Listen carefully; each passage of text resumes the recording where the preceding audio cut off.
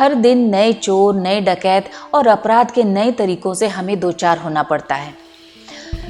कभी कभी अपराध के कारण इतने हृदय विदारक होते हैं कि समझ नहीं आता असली अपराधी कौन है, जो सामने दिख रहा है वो, या जो इसके मूल में है वो। रात फोन की घंटी बजी। लीड मिली कि मिराजुद्दीन की लापता लड़की का सुराग मिला है। उसे हैदराबाद के एक बहुत बड़े बंगले में रखा गया है। खबर मिलते ही हम हैदराबाद के लिए टीम और वर्क स्ट्रैटेजी बनाकर निकल पड़े। हम 4 लोग थे। हैदराबाद पहुंचकर वहां की पुलिस की सहायता से बंगले तक हम पहुंच गए, जहां आयशा के होने की खबर मिली थी। आलीशान बंगला था। बिना किसी जद्दोजहद के हम आसानी से बंगले में घुस गए थे। लग रहा था इस कांड में संलिप्त लोग पहले ही भाग गए थे।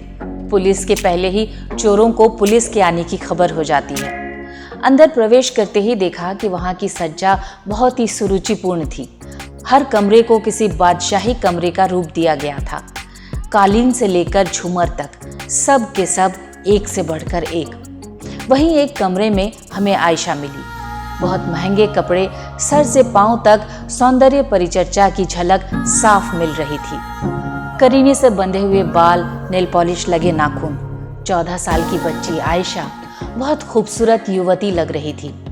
जब हमने उसे आयशा कहकर पुकारा तो उसने कहा उसका नाम आयशा नहीं है और वो अपनी मर्जी से यहाँ रह रही है। किसी ने उसे अगवा नहीं किया। जब हमने उसे उसकी फोटो दिखाई जो हमें उसके पिता से मिली थी, और बहुत समझाने पर उसने स्वीकार किया कि वो आयशा ही है, तब हमने और देर न कर फौरन उसे अपने साथ लेकर अपने शहर रवाना हो गए। उसे उसके पिता के हाथ सुरक्षित सौंप दिया गया।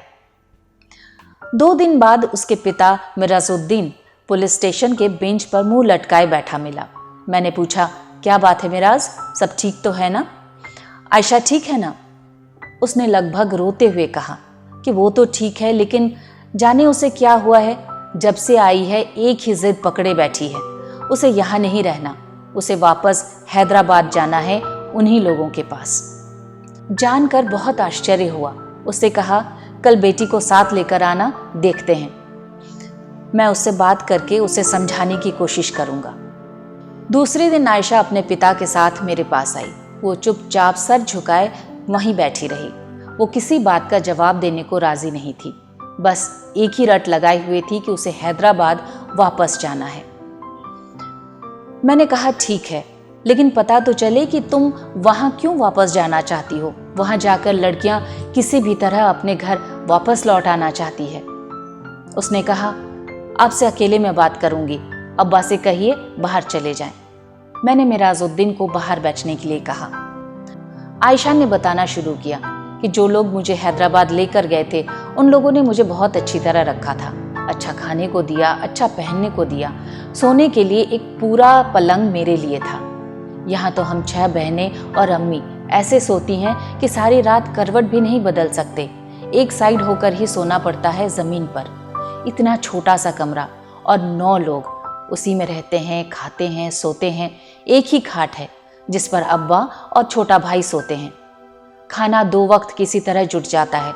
मुझे हमेशा भूख लगती रहती है, लेकिन अम्मी डांट देती है, घर में कुछ खाना हो तब तो दे। जब मैं हैदराबाद में थी तो भरपेट खाना खाती थी और पलंग पर सोती थी। जिधर चाहे करवट बदलो, पंखा, लाइट, सब कुछ था। कितना आराम और सुख था वहाँ। यहाँ तो सिर्फ भूख और गाली है बस। मुझे तो फिर से वहीं जाना है साहब। भूख और लाचारी का कैसा फायदा उठाते हैं ये मानव तस्कर।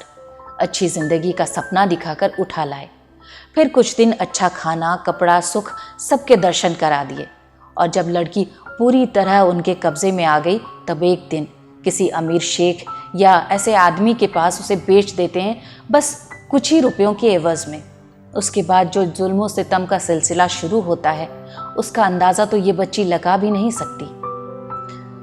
उसकी सारी बातें सुनने के बाद एक बार फिर उसे काउंसलर के पास भेज दिया।